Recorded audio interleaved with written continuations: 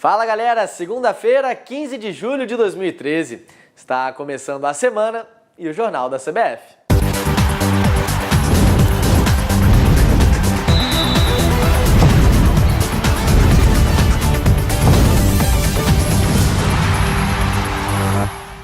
O Coritiba é o novo líder do Brasileirão.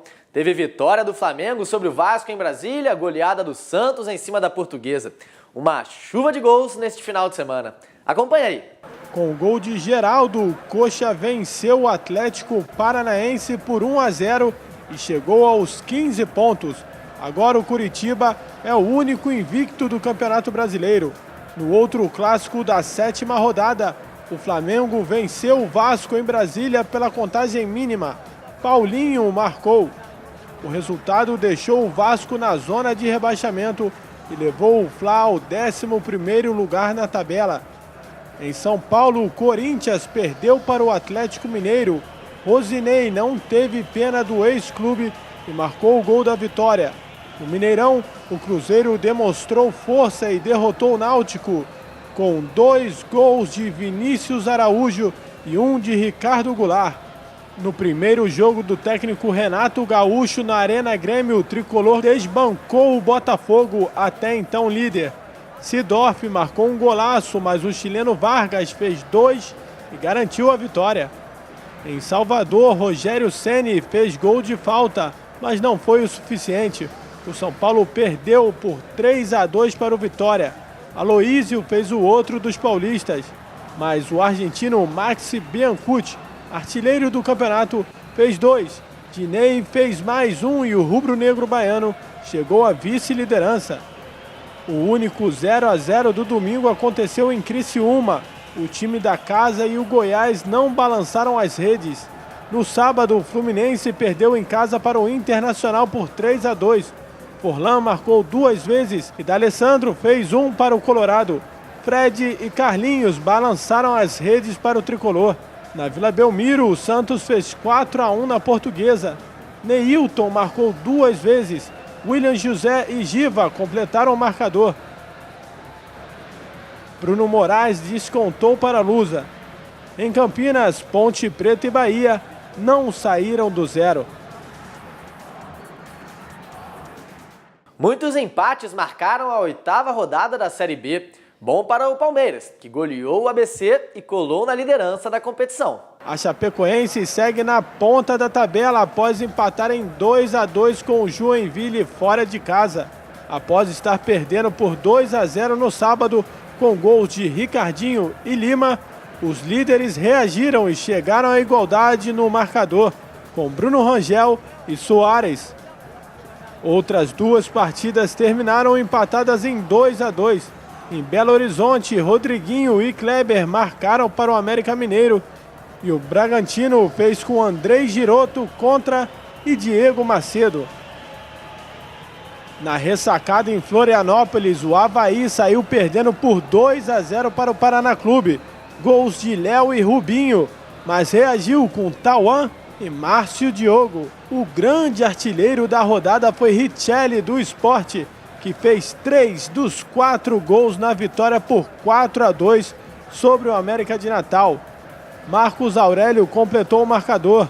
Para os potiguares, Alex e Rodrigo Pimpão marcaram. Em Fortaleza, o Ceará goleou o Asa por 4-1. O veterano Magno Alves marcou 2 vezes. Anderson Marques e Douglas, 1 cada, e Léo Gamalho fez o de honra para os alagoanos. Jogando em casa, o Guaratinguetá não teve dificuldades para superar o Icasa. 3-0, gols de Juninho, Fran Sérgio e Renato Peixe. Na sexta-feira, o Palmeiras goleou o ABC por 4-1. Gols de Wesley, Luiz Felipe, Vinícius e Serginho. Gilcimar descontou. O resultado deixou o Verdão na vice-liderança. O 4º colocado é o Figueirense, que também na sexta superou o Atlético Goianiense fora de casa por 3-2. Ricardo Bueno 2 vezes e Bote fizeram os gols do Figueira. João Paulo e Ricardo Jesus marcaram para os goianos. As redes balançaram 23 vezes durante a 4ª rodada da Série C. Pelo Grupo A, o Santa Cruz derrotou o Fortaleza por 2-1. O Sampaio Corrêa goleou o Baraunas por 4-1. O Luverdense também se deu bem e fez 4-0 no 13. O Cuiabá venceu o Águia de Marabá por 3-0. Quem se deu mal foi o CRB, que perdeu em casa para o Brasiliense, 1-0. Pelo Grupo B, o Madureira venceu o Duque de Caxias por 2-1. Vitória magra do Vila Nova sobre o Craque, 1-0. Guarani e Barueri não saíram do zero em Campinas. O Betim passou fácil pelo Macaé, 3-0. E o líder Caxias venceu por 1-0 o Mojimirim e se manteve na ponta do grupo. Agora vamos falar de camisa 10 de seleção. Todos nós sabemos que Neymar virou o novo representante da camisa que Pelé consagrou.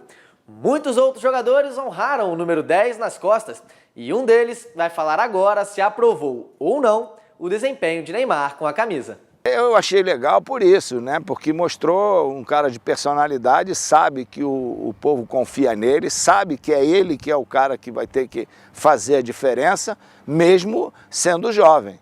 Então, não tem essa coisa de futebol, não tem idade. É o cara que é o momento. Então, ele fez por merecer, fez por onde, ele é o cara que joga, ele é o cara que decide. Então, eu acho que isso ele mostrou personalidade e mostrou aquela convicção de que não, pô, dá em mim que eu resolvo. Esse foi o Zico homenageando o Neymar, né? Uma tabelinha muito bacana. Mas agora vamos falar de seleção sub-17. Sob o comando do treinador Caio Zanardi, o Brasil derrotou por 2-1 o Bahia e conquistou a Copa 2 de Julho em Salvador. A categoria está sendo testada para a disputa do Mundial que acontece em outubro nos Emirados Árabes. O trabalho continua em Teresópolis com o técnico Alexandre Galo, que comanda os treinos na Granja Comari com um outro grupo de jogadores. O Jornal da CBF termina por aqui. Muito obrigado pela sua companhia e amanhã a gente volta. Valeu!